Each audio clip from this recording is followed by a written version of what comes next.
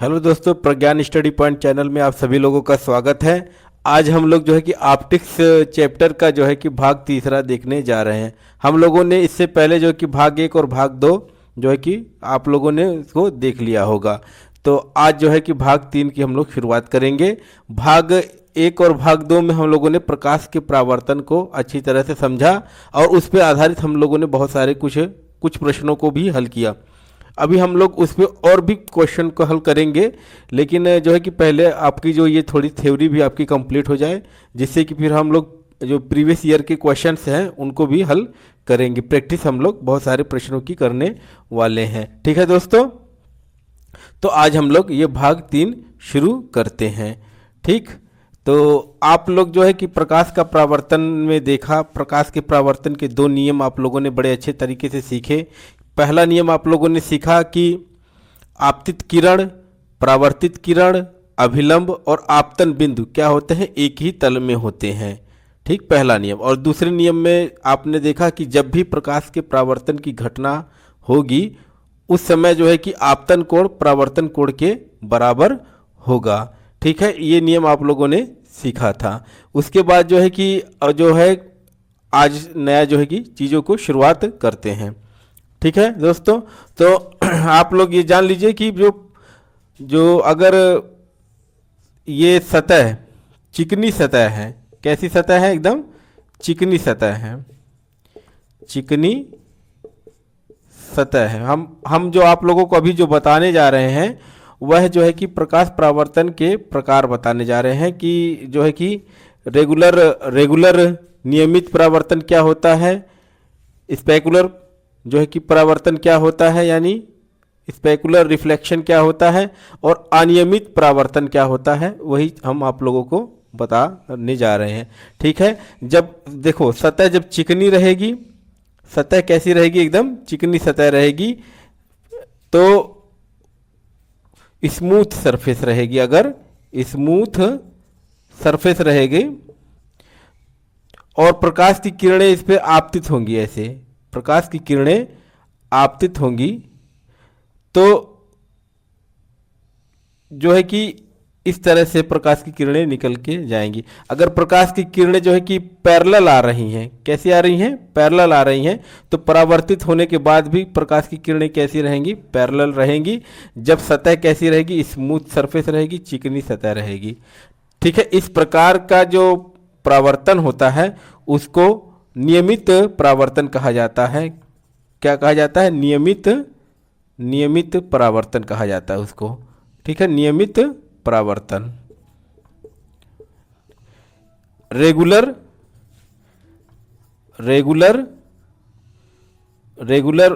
Reflection कहा जाता है।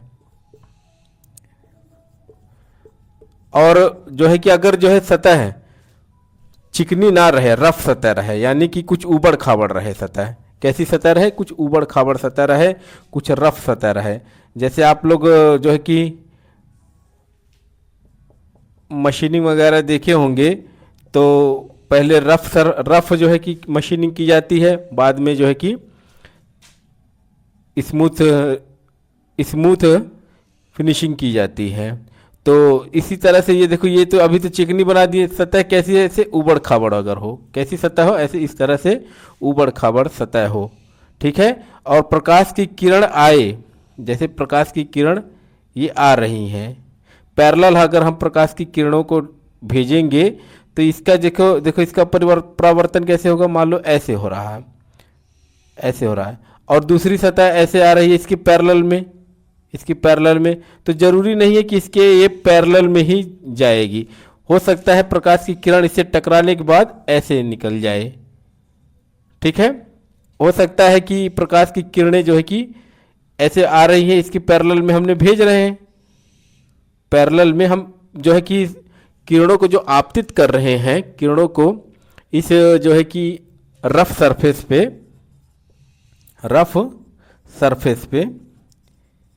सरफेस का मतलब है खुरदरी सतह,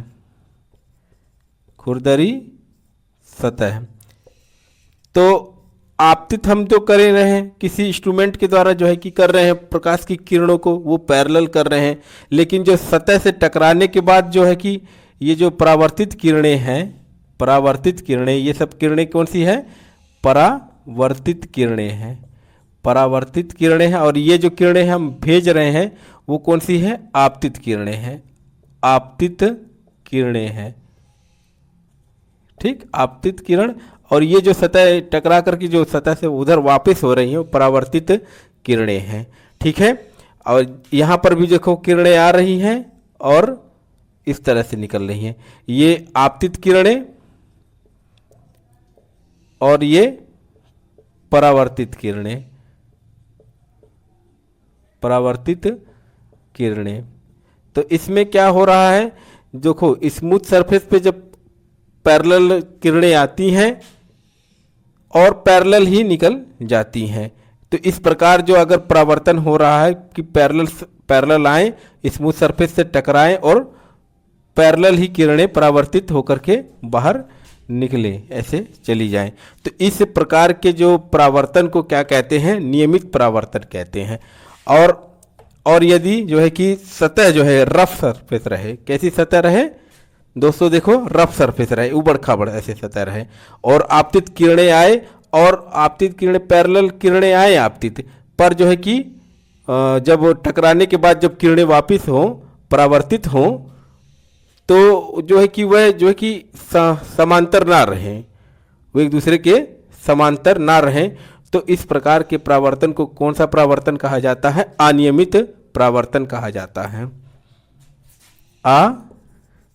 अनियमित परावर्तन कहा जाता है। ठीक है, आप लोग समझ गए होंगे कि नियमित परावर्तन क्या होता है, अनियमित परावर्तन क्या होता है। ठीक है, तो इसकी परिभाषा हम लिख दे रहे हैं अभी। ठीक है दोस्तों,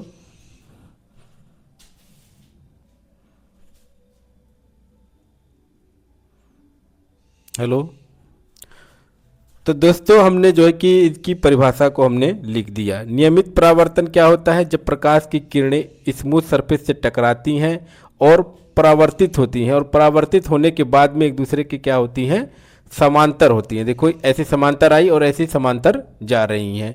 तो ऐसी किरणों को, ऐसे परावर्तन को जो है कि रेगुलर परावर्तन कहते हैं, रेगुलर रिफ्लेक्शन कहते हैं, नियमित परावर्तन कहते हैं। ठीक है, इधर देखिए अनियमित परावर्तन में प्रकाश की समांतर किरणें आती हैं, खुरदरी सतह से टकरा करके जब परावर्तित होती हैं, और परावर्तन के बाद में ये जो परावर्तित किरणें हैं वह एक दूसरे के समांतर नहीं होती हैं, एक दूसरे के समांतर नहीं होती, असमांतर होती हैं। तो इस प्रकार के परावर्तन को अनियमित परावर्तन कहते हैं, इरेगुलर परावर्तन कहते हैं। तो आप लोग इसको समझ गए होंगे। ठीक है दोस्तों, आपको याद क्या रखना है कि नियमित परावर्तन के लिए स्मूथ सरफेस का होना जरूरी है, और अनियमित परावर्तन के लिए रफ सरफेस होती है। ठीक है दोस्तों, तो अब हम लोग देखते हैं कुछ नई चीजें। दोस्तों समतल दर्पण शुरू करने से पहले अगर एक प्रश्न और है परावर्तन से संबंधित। अगर आपसे कोई कहे कि रेगुलर परावर्तन में और इरेगुलर परावर्तन में, नियमित परावर्तन में और अनियमित परावर्तन में आई और आर के बीच में क्या संबंध होता है? अगर कोई कहे कि जैसे नियमित परावर्तन हो रहा है, नियमित परावर्तन, रेगुलर परावर्तन हो रहा है, तो उसमें जो है कि आई और आर के बीच में क्या संबंध रहेगा? तो आई बराबर आर रहेगा नियमित परावर्तन में। और अनियमित परावर्तन में, अनियमित परावर्तन में क्या होगा? आप लोग बताइए पहले, आप लोग बताएं पहले कि अनियमित परावर्तन में क्या होना चाहिए। इसमें भी दोस्तों आई बराबर आर ही होगा। हमने क्या कहा था एक बार पहले ही वीडियो में आप लोगों ने देखा होगा कि परावर्तन की अगर घटना हो रही है, कौन सी घटना हो रही है? परावर्तन की यदि घटना हो रही है तो आई और आर क्या होंगे? बराबर होंगे। ठीक है, नियमित परावर्तन में भी अनियमित परावर्तन में भी दोनों में जो है कि आई और आर बराबर होंगे, क्योंकि कौन सी घटना हो रही है? परावर्तन की घटना हो रही है। ठीक है दोस्तों, तो जैसे नियमित परावर्तन में I बराबर R होता है, अनियमित परावर्तन में भी I बराबर R होता है, आपतन कोण बराबर परावर्तन कोण होता है। तो एक बच्चे का एक प्रश्न आया कि सर अनियमित परावर्तन में I बराबर R कैसे होता है। नियमित परावर्तन में तो समझ में आता है कि प्रकाश की किरणें समांतर आएंगी और अभिलंब से ऐसे टकरा करके जितना कोण इधर बना रही होंगी I, और उतना ही कोण बनाते हुए इधर चली जाएंगी। तो I बराबर R होगा। सारी किरणें आएंगी ऐसे ऐसे जाएंगी, एक दूसरे के समांतर होती चली जाएंगी। लेकिन सर ये अनियमित परावर्तन में I बराबर R क्यों होता है, कैसे होता है? ठीक है, इसको भी हम लोग समझ लेते हैं। देखो बच्चों, परावर्तन में I बराबर R होता है ये तो हम लोग सब जानते हैं, ठीक है। अनियमित परावर्तन में I बराबर R क्यों होता है, ये बहुत अच्छा क्वेश्चन है। ये देखो, जब हम लोगों को पता चल जाता है कि कोई चीज़ क्यों होती है तो हम लोगों को जो है कि फिर भूलने का चांस थोड़ा कम हो जाता है।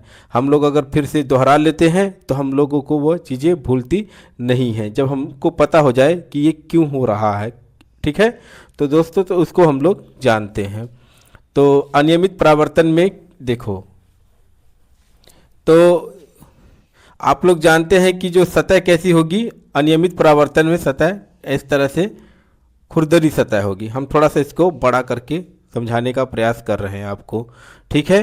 तो आपकी प्रकाश की किरण इस तरह से मान लो आई, प्रकाश की किरण इस तरह से आई, इस खुरदरी सतह से टकराई।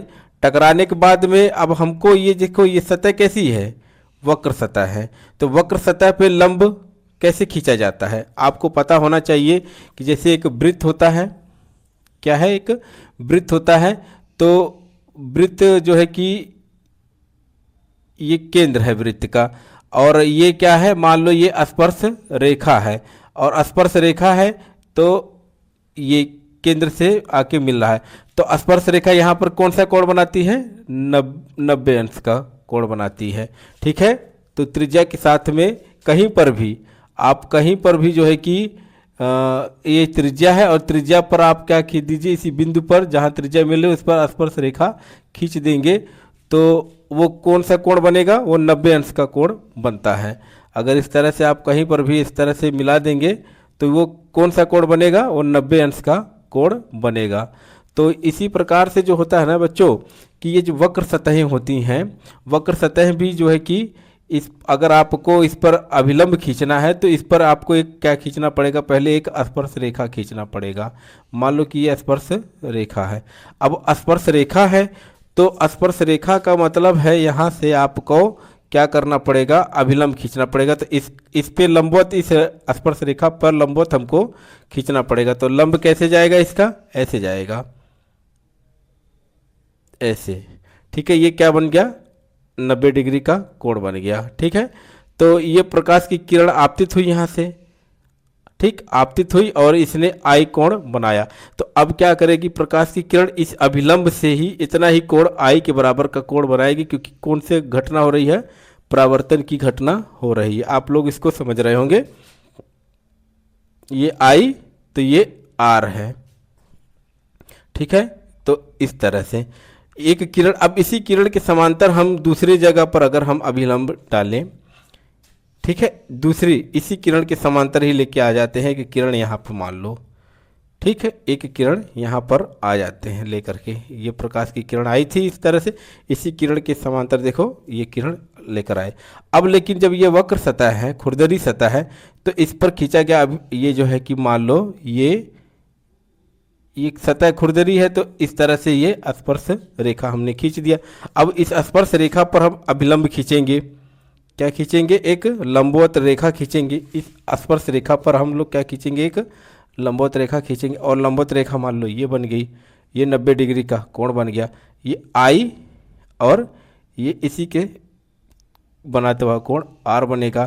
तो अब ये जो ये अभिलंब है, ये जरूरी नहीं है कि एक दूसरे के क्या हो ना, जो है कि समांतर होंगे, क्योंकि सतह कैसी है, खुरदरी है सतह, जो है कि ये वक्र सतह कहीं किस तरह का वक्र हो सकता है, कहीं कहाँ किसी तरह का भी वक्र हो सकता है।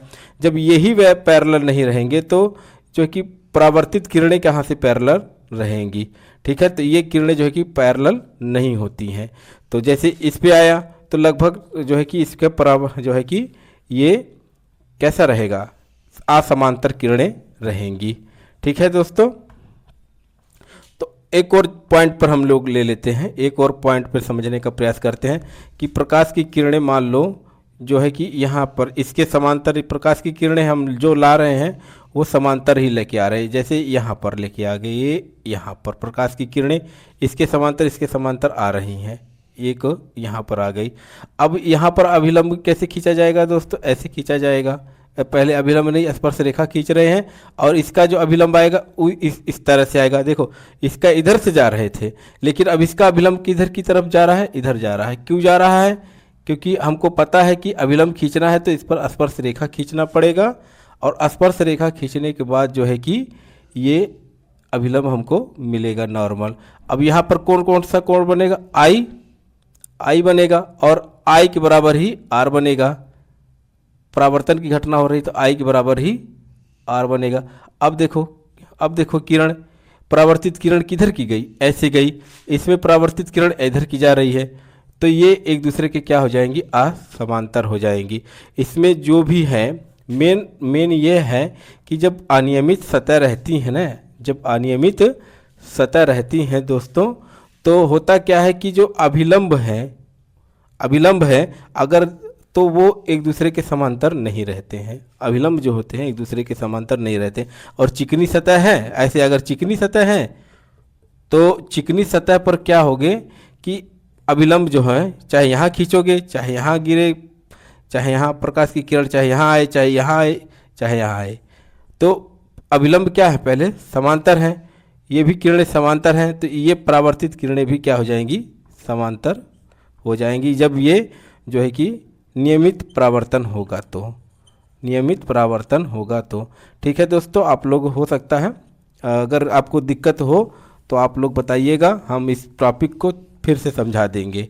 ठीक है, तो आप लोगों को हमने यही बताया कि जो परावर्तन जब भी होगा, आपको याद रखने की ज़रूरत यह है कि परावर्तन जब भी होगा तो आई बराबर आर होगा, चाहे नियमित परावर्तन रहे चाहे अनियमित परावर्तन रहे। आपको मेन बात यही याद रखनी है, और क्यों होगा हमने जो है कि बता दिया यहाँ पर। दोस्तों अब हम लोग जो है कि समतल दर्पण को देख लेते हैं। अच्छा दोस्तों, अगर आपसे कोई कहे कि अगर एक वृत्त है तो इसकी त्रिज्या कितनी है, तो ये है, उसके केंद्र से उसकी परिधि की दूरी क्या कहलाती है, त्रिज्या कहलाती है। लेकिन यदि कोई अगर आपसे कोई कहे कि जो है कि कोई वक्र लाइन है, कैसी लाइन है, वक्र लाइन है, ऐसे तिरछी लाइन, ऐसे इस तरह की लाइन है, वक्र लाइन, कौन सी लाइन कहते हैं, वक्र लाइन कहते हैं। तो ये वक्र लाइन भी किसी न किसी वृत्त का एक भाग है, तो इसका भी एक त्रिज्या होगी। इसकी त्रिज्या कैसे ज्ञात की जाएगी, जैसे इस पर हम क्या कर दें, इस तरह से अगर स्पर्श रेखाएं खींच दें और वो स्पर्श रेखाएं कहाँ पर आकर के इन स्पर्श रेखाओं पर जो है कि लंब खींचे, इन स्पर्श रेखाओं के ऊपर लंब खींचे, तो ये जहाँ पर काटती हैं तो उसका ये केंद्र हो जाता है, और ये क्या हो जाती है, इसकी वक्रता त्रिज्या हो जाती है, यानी इस वक्र की त्रिज्या हो जाती है। ठीक है, ये आर हो जाती है। तो हम लोग जो है कि इस तरह से जो है कि त्रिज्या ज्ञात कर सकते हैं, एक वृत्त का, एक वक्र लाइन का त्रिज्या ज्ञात कर सकते हैं। परंतु अगर आपसे अगर कोई कहे कि जो है एक स्ट्रेट लाइन है, कैसी लाइन है, स्ट्रेट लाइन है, सीधी रेखा है, इस सीधी रेखा की वक्रता त्रिज्या ज्ञात कीजिए, इस सीधी रेखा की क्या कीजिए, वक्रता त्रिज्या ज्ञात कीजिए। अब हम लोग सीधी रेखा है ये, तो इस पर जो स्पर्श रेखा खींचेंगे तो वो भी सीधी होगी। ठीक, और अगर उस पर हम जो है कि अगर लंब खींचेंगे, इस तरह से लंब खींचेंगे, तो वो लंब कहीं पर भी जाकर के नहीं मिलेंगे, ठीक है, अगर सीधी रेखा पर हम लोग जो है सीधी रेखा पर लंब खींचेंगे तो वो कहीं जाकर के मिलेंगे। इस तरह से, इस तरह से अगर हम जो है कि लंब खींचेंगे, सीधी रेखा ये थी और उस पर ये हमने लंब खींचे, तो वो आपस में जाकर के एक दूसरे को कभी काटेंगे? कभी नहीं काटेंगे। वह अनंत दूरी तक ऐसे चलते चले जाएंगे। तो मान लिया जाता है कि अनंत दूरी पर कहीं होगा जाकर के ये एक दूसरे को काटेंगे। तो इस सीधी रेखा की जो वक्रता त्रिज्या क्या आ जाएगी? वह अनंत आ जाएगी। इस सीधी रेखा की वक्रता त्रिज्या क्या आ जाएगी? अनंत आ जाएगी। वैसे ही समतल दर्पण होता है। समतल दर्पण जैसे कि ये हमारा बोर्ड है, इसी बोर्ड पे ही समझो कि अगर आपको बोर्ड पे ही दर्पण की तरह लगा दिया जाए तो ये एक जो है कि इस पर खींचे गए लंबवत ऐसी जो ऐसे निकल रही हैं लाइनें, ऐसे लाइनें निकल रही हैं, वो एक दूसरे को कभी काटेंगी जा करके? वो एक दूसरे को कहाँ काटेंगी? वो एक दूसरे को जाकर के अनंत पे काटेंगी। कहाँ पर काटेंगी? जाकर के अनंत पे काटेंगी। तो इसलिए जो है कि समतल दर्पण की जो वक्रता त्रिज्या होती है वह क्या होती है? शून्य होती, अनंत होती है।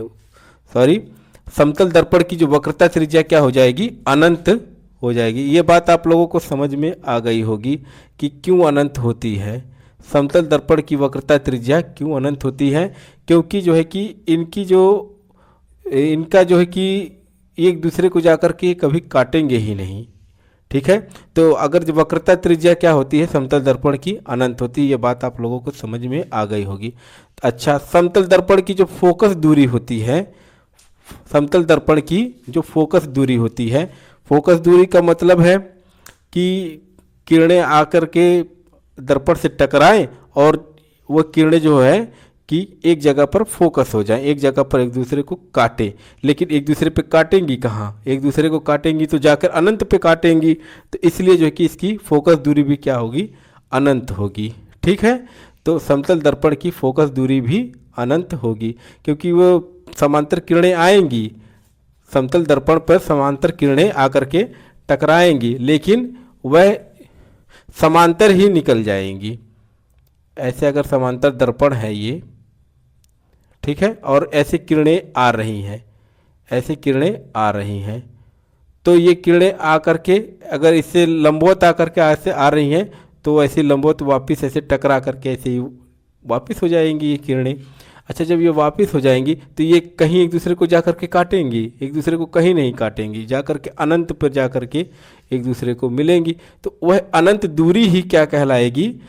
अगर ये किरणें आकर के जैसे इस तरह की अगर ये मान लो इस तरह का दर्पण रहता, ठीक है, इस तरह का दर्पण रहता तो प्रकाश की किरणें ऐसे आती, ऐसे आने के बाद में यहाँ से फिर टकरा करके ऐसे तिरछे जाकर के ये काटती, तो ये दूरी जो आप लोग कहते तब फिर जहाँ पर काट रही हैं, ठीक है, तो ये एक दूसरे को काट ही नहीं रही हैं एक दूसरे को। तो जब वो वापिस ऐसे ही चली जा रही हैं तो इनकी क्या हो जाएगी? फोकस दूरी जो है कि अनंत हो जाएगी। और फोकस कहाँ बनेगा? वह भी अनंत पे बनेगा। समतल दर्पण की शक्ति, चौथा पॉइंट है समतल दर्पण की शक्ति क्या होती है? समतल दर्पण की शक्ति शून्य होती है।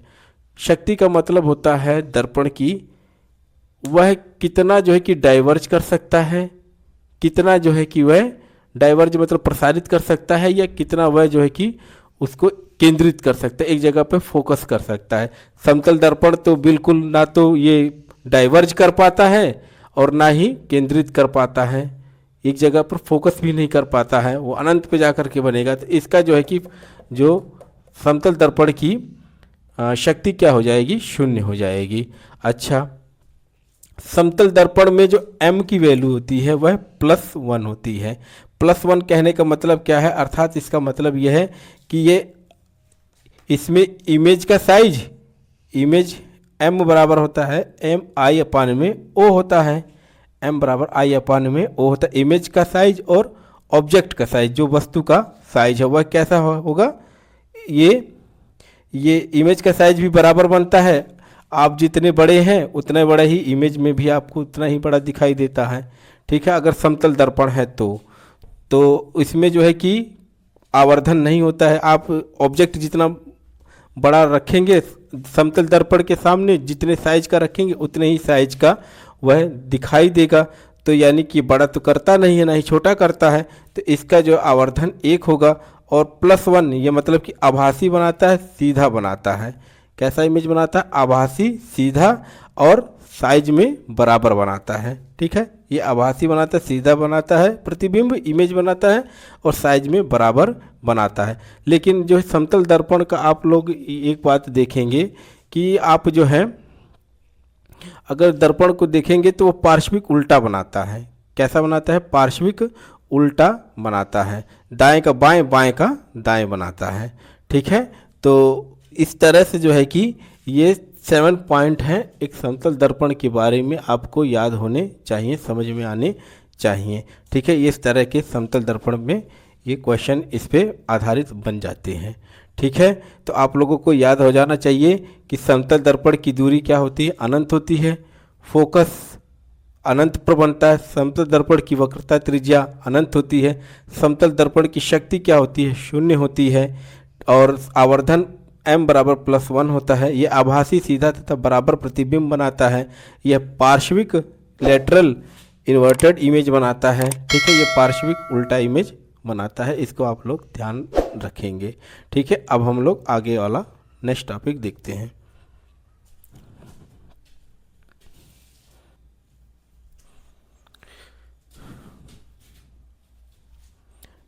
दोस्तों मान लो कि ये क्या है? एक समतल दर्पण है। ठीक है, एक समतल दर्पण है।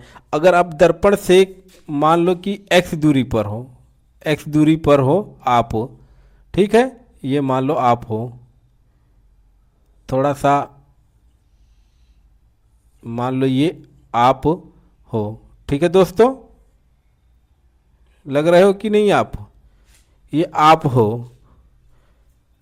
ठीक, तो ये इसकी इमेज कहाँ पर बनेगी? इसकी इमेज कहाँ पर बनेगी बताओ? आप अगर यहाँ से अपने आप को ये देख रहे हो तो आपकी इमेज कहाँ पर बनेगी दोस्तों? ठीक है, तो आपकी इमेज जो है कि x दूरी पर ही बनेगी। कितनी दूरी पर बनेगी इमेज? x दूरी पर बनती हुई प्रतीत होगी। ठीक है, इमेज यहाँ पर आपकी बनेगी और इमेज आभासी बनेगी। कैसी बनेगी? इमेज आभासी बनेगी। आभासी इमेज कहने का मतलब ये है कि उसको जो है कि कहीं पर जो है कि पर्दे पर नहीं उतारा जा सकता है। उसको कहीं पर पर्दे पर उतारा नहीं जा सकता है। ठीक है दोस्तों, आभासी इमेज बनने का मतलब है कि आप अपनी इमेज को समतल दर्पण के द्वारा जो है कि कहीं पर पर्दे पर उतार नहीं सकते हैं, तो वो x दूरी पर वो इमेज बनेगी। ठीक है, अभी जब हम लोग आप लोगों को ये पर्दे पर उतारने वाली जो बात है आपको समझ में यदि नहीं आई है, तो जब हम आपको मिरर और लेंस जब हम आप लोगों को पढ़ाएंगे, तो लेंस के बारे में जब पढ़ाएंगे तो वहाँ पर आप लोगों को जो इमेज फॉर्मेशन के बारे में जब आप लोगों को बताया जाएगा, तो रियल इमेज क्या होती है, वास्तविक इमेज क्या होती है, आभासी इमेज क्या होती है, वहाँ पर आप लोगों को बहुत ही क्लियर समझ में आ जाएगा। फिलहाल अभी आप लोग ये जान लो कि अगर जो है कि दर्पण है तो दर्पण समतल दर्पण है, तो उस दर्पण के द्वारा आप जो है कि रियल इमेज नहीं बना सकते हो, आपको आभासी इमेज ही बनेगी। और आभासी इमेज जो है कि कभी भी जो है कि दर्पण पर नहीं बनाई जा सकती है। ठीक है, तो आप देखिए अगर आप x दूरी पर खड़े हैं तो वह आप इमेज जो बनेगी आपकी वो x दूरी पर ही बनेगी। ठीक है दोस्तों, तो जो है कि अच्छा एक पॉइंट और समझिए आप दोस्तों, यहाँ पर बहुत अच्छी पॉइंट है। मान लो कि आप यहाँ से 50 मीटर की दूरी पर खड़े हो। ठीक है, कोई ऑब्जेक्ट है यहाँ पर, मान लो वो कितनी दूरी पर है? 50 मीटर की दूरी पर है।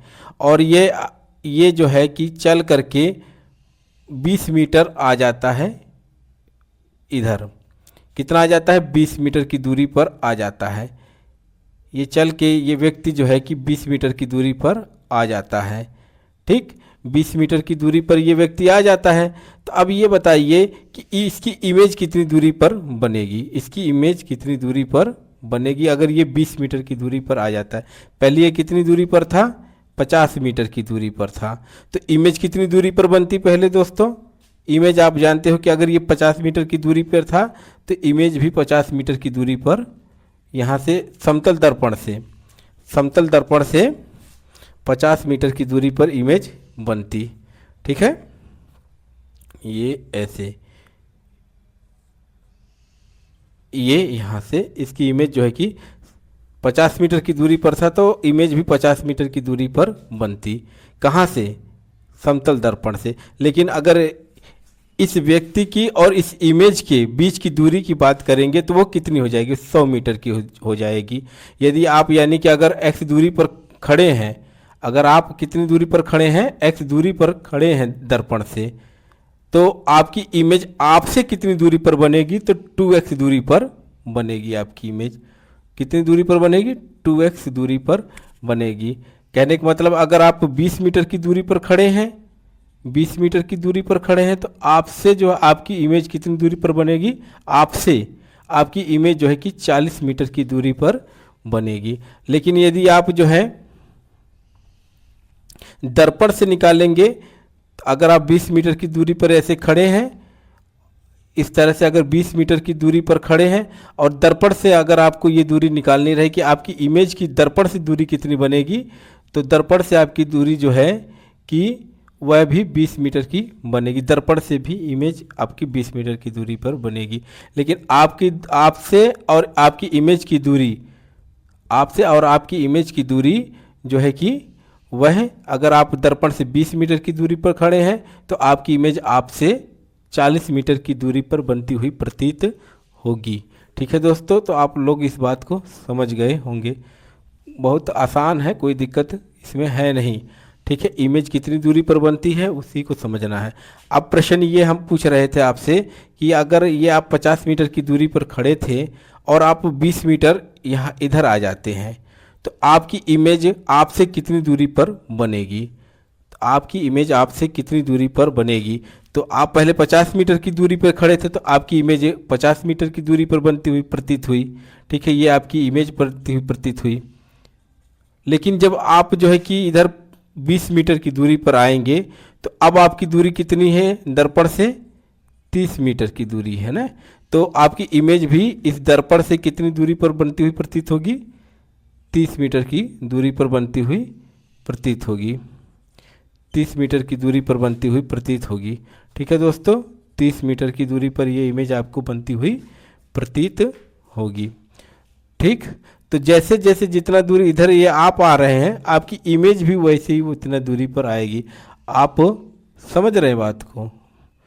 उतनी ही दूरी पर इमेज भी आ जाएगी। यानी आपकी दूरी जितनी दर्पण से होगी, इमेज की भी दूरी दर्पण से उतनी ही होगी। ठीक है, तो ये होता है। अच्छा, यहाँ पर एक चीज़ और समझ लीजिए, एक चीज़ और यहाँ पर हम लोग समझ लेते हैं। जैसे कि आप अगर कोई दर्पण है समतल, जैसे यहाँ पर क्या है, एक समतल दर्पण है। ठीक, आप समतल दर्पण की तरफ जो है कि आप यहाँ से आप जो है समतल दर्पण से आप दौड़ना शुरू करते हैं। समतल दर्पण की तरफ आप दौड़ना शुरू करते हैं। किस चाल से? मान लो आप v चाल से, v मीटर प्रति सेकंड की चाल से आप दौड़ना शुरू करते हो। ठीक, v मीटर प्रति सेकंड की चाल से आप दौड़ना शुरू करते हो दर्पण की तरफ से। तो आपको आपका प्रतिबिंब कितने चाल से आता हुआ प्रतीत होगा? तो आपको आपका ही प्रतिबिंब आपकी तरफ कितनी चाल से आता हुआ प्रतीत होगा? आप दर्पण की तरफ जा रहे हैं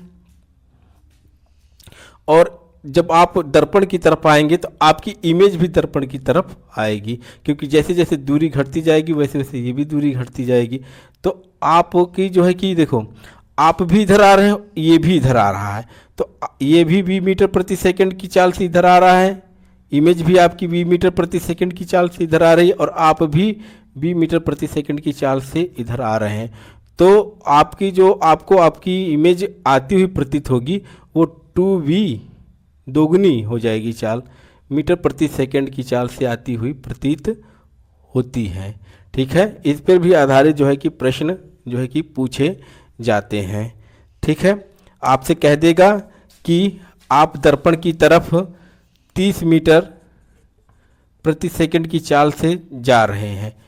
30 मीटर प्रति सेकंड की चाल से, कुछ ज़्यादा नहीं तेज चल रहे हैं आप। चलो थोड़ा सा आपकी चाल को कम कर देते हैं। 1 सेकंड में आप 30 मीटर कहाँ चलेंगे। आप मान लो कि 1.5 मीटर प्रति सेकंड की चाल से चल रहे हैं। ठीक है, 1.5 मीटर प्रति सेकंड की चाल से आप जो है दर्पण की तरफ जा रहे हैं। तो आपका प्रतिबिंब आपकी तरफ कितनी तेजी से आता हुआ प्रतीत होगा।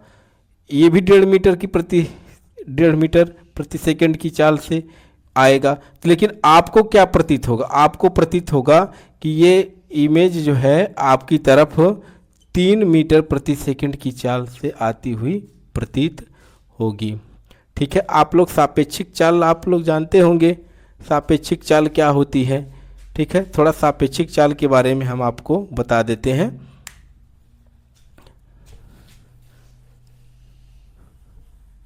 सापेक्षिक चाल का मतलब है दोस्तों कि जब आप एक ही दिशा में गति कर रहे हो, आप चल रहे हो 20 मीटर प्रति सेकंड की चाल से और आपका मित्र भी 20 मीटर प्रति सेकंड की चाल से चल रहा हो। मान लो मोटरसाइकिल से चल रहे हो, आप लोग पैदल नहीं चल रहे हो। ठीक है, तो 20 मीटर प्रति सेकंड की चाल से आप भी चलो, 20 मीटर प्रति सेकंड की चाल से वो भी चल रहा है। तो आप एक दूसरे से बातें हुए करते हुए चलेंगे, तो आपको ये एक दूसरे के प्रति कैसे लगेंगे, दोनों एक दूसरे के प्रति स्थिर लगेंगे। ठीक है, उन दोनों को लगेगा कि वो एक दूसरे के प्रति स्थिर है। ठीक है, लेकिन अगर कोई उधर स्थिर व्यक्ति होगा, कोई स्थिर व्यक्ति होगा, तो उस स्थिर व्यक्ति को पता चलेगा कि ये दोनों है कि 20 मीटर प्रति सेकंड की चाल से चल रहे हैं। ठीक है, उस स्थिर व्यक्ति को पता चलेगा कि ये 20 मीटर प्रति सेकंड की चाल से चल रहे हैं। लेकिन आपस में एक दूसरे को क्या लगेगा, आपस में ये लगेगा कि सेम डायरेक्शन में यदि चल रहे हैं तो आपको ये लगेगा कि ये स्थिर है। ठीक है, अगर वही चाल समझो, सापेक्षिक चाल बता रहे हैं आप लोगों को। आप 30 मीटर प्रति सेकंड की चाल से चल रहे हैं और आपका मित्र मान लो 10 मीटर प्रति सेकंड की चाल से चल रहा है। तो इस व्यक्ति को जो 10 मीटर प्रति सेकंड की चाल से चल रहा है, उसको ये व्यक्ति कितनी चाल से चलता हुआ प्रतीत होगा। उसको सेम डायरेक्शन में चल रहा है तो घट जाएगी, तो 30 में से 10 घट जाएगा तो 20 मीटर प्रति सेकंड की चाल से चलता हुआ प्रतीत होगा। ये मान लो V1 है, ये V2 है, तो सापेक्षिक चाल क्या हो जाएगी, घट जाएगी। ज़्यादा में से कम को घटा देंगे तो इस वाले व्यक्ति को लगेगा कि वह 20 मीटर प्रति सेकंड की चाल से चल रहा है। तो इस तरह की चाल जो है घटा करके, सेम डायरेक्शन में है तो घटा दिया जाता है। अगर सोचो आप इधर से जा रहे हो 20 मीटर प्रति सेकंड की चाल से और कोई उधर से आ रहा है, कोई उधर से व्यक्ति आ रहा है जिसकी चाल 40 मीटर प्रति सेकंड है, मोटरसाइकिल से या कोई गाड़ी से, आप 20 मीटर प्रति, तो आपको वो व्यक्ति कितनी तेज़ी से आता हुआ प्रतीत होगा।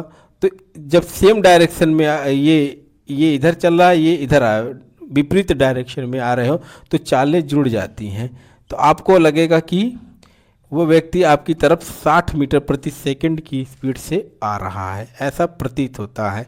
ठीक है, ये जो चीज़ होती है वो रिलेटिव मोशन कहलाती है, रिलेटिव वेलोसिटी कहलाती है। ठीक है, तो इस तरह से ये चीज़ें जुड़ जाती हैं। तो ये चीज़ें समतल दर्पण में आती हैं कि अगर समतल दर्पण में इस तरह से कोई इमेज है, दर्पण है, और आप इस दर्पण की तरफ आप जो है कि 20 मीटर प्रति सेकंड की चाल से अगर आप जा रहे हैं, 20 मीटर प्रति सेकंड की चाल से आप अगर दर्पण की तरफ जा रहे हैं तो आपका इमेज जो है आपकी तरफ कितनी चाल से आता हुआ प्रतीत होगा, तो 2v मीटर प्रति सेकंड, दोगुनी चाल हो जाएगी। आपका इमेज आपकी तरफ आता हुआ आपको प्रतीत होगा। ठीक है, और दर्पण के लिए, दर्पण को क्या प्रतीत होगा, दर्पण को प्रतीत होगा कि आप 20 मीटर प्रति सेकंड की चाल से आ रहे हैं तो इमेज भी दर्पण को प्रतीत होगा कि वह 20 मीटर प्रति सेकंड की चाल से इमेज आ रही है। ठीक है, लेकिन आप पूछा ये जाता है ज़्यादातर कि आपको क्या प्रतीत होगा, आपको क्या प्रतीत होगा कि आपकी इमेज आपकी तरफ कितनी तेज़ी से आ रही है।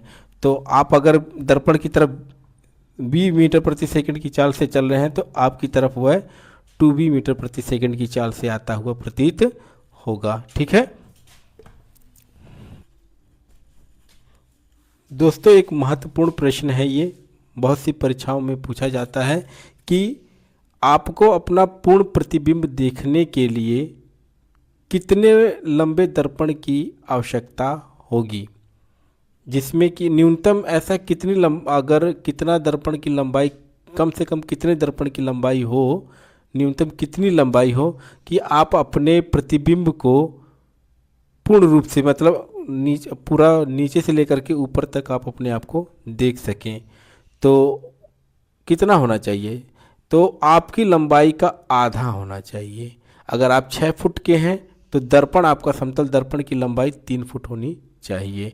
ठीक है, अगर आप जो है कि पूर्ण प्रतिबिंब देखने चाहते हैं अपना, तो आपके समतल दर्पण की जो न्यूनतम लंबाई होनी चाहिए वह आपकी लंबाई का आधा होना चाहिए। अगर किसी वस्तु का पूर्ण प्रतिबिंब देखना है, किसी वस्तु का पूर्ण प्रतिबिंब देखना है तो उस वस्तु का जो है कि उस वस्तु से आधा लंबाई का दर्पण होना चाहिए। ठीक है, ये बहुत इंपॉर्टेंट प्रश्न है। दोस्तों, अगर आप लोगों ने यहाँ तक देख रहे हैं तो जो है कि इन 2 प्रश्नों का उत्तर आप लोग जो है कमेंट बॉक्स में ज़रूर दीजिएगा। और आपको अगर ये वीडियो अच्छा लगा है तो लाइक, शेयर और सब्सक्राइब करना ना भूलिएगा दोस्तों।